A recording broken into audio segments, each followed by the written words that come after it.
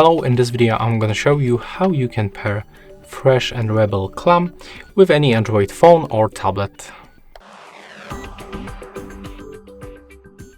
So first of all, you will need to click and hold this power button until this indicator starts blinking.